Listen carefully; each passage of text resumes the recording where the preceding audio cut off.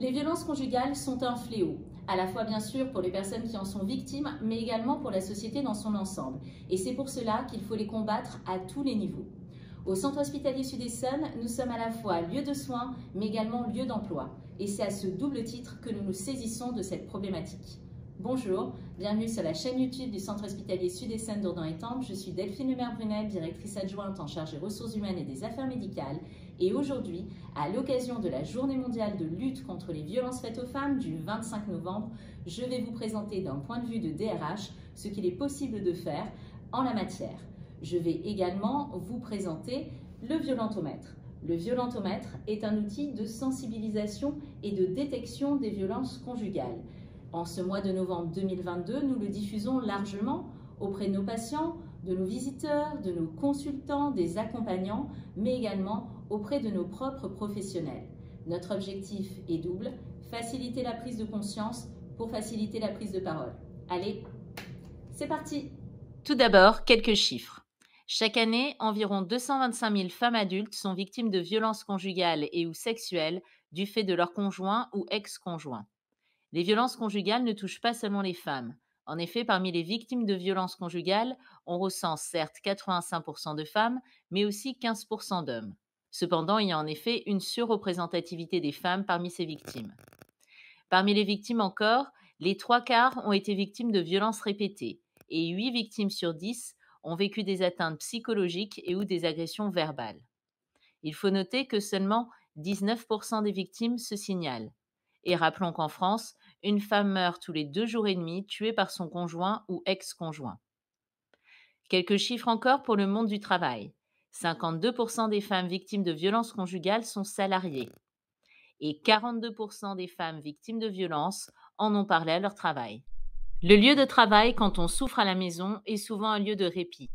C'est aussi un lieu de protection, de lien social et d'émancipation économique. Et c'est à ce titre que l'intérêt de l'employeur pour la question des violences conjugales est nécessaire. Il est souvent très difficile de parler des violences que l'on subit, par honte, par peur du regard des autres, voire par peur de voir que cela peut se retourner contre nous. Au Centre hospitalier Sud-Essonne, nous sommes de plus en plus nombreux à être formés à la problématique des violences conjugales et intrafamiliales et nous nous engageons dans la lutte contre ces fléaux sociétaux. Il n'existe pas de définition légale des violences conjugales.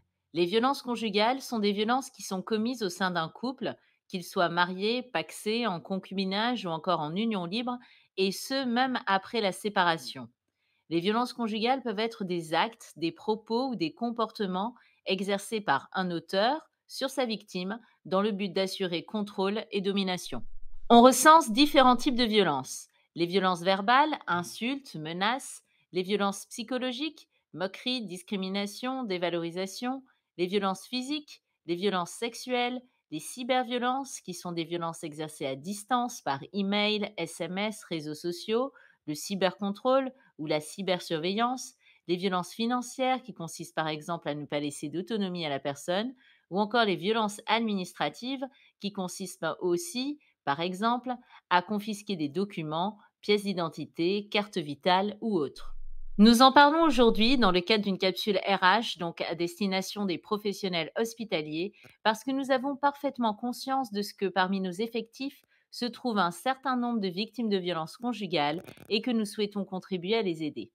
Les violences conjugales impactent nos organisations par les conséquences qu'elles ont sur les personnes. Changement de comportement, vulnérabilité accrue, absentéisme, etc. Elles questionnent aussi l'ensemble de notre communauté hospitalière, car chacun d'entre nous peut se retrouver en situation de recueillir des confidences et se demander comment il doit réagir. Nous nous engageons donc à tout mettre en œuvre pour informer et orienter les personnes victimes. Pour cela, vous pouvez vous confier à plusieurs interlocuteurs capables de vous soutenir. Le service de santé au travail, l'assistante sociale du personnel, l'association Mediavip 91 ou en parler au service de la direction des ressources humaines et de la direction des affaires médicales. Comme indiqué plus tôt, nous sommes formés à entendre la situation et pourrons vous orienter vers des structures spécialisées qui pourront vous proposer une écoute, un soutien juridique, psychologique et ou social. L'encadrement et les professionnels qui auraient reçu des confidences peuvent aussi en parler à ces interlocuteurs. Pour finir, un rapide focus sur le violentomètre.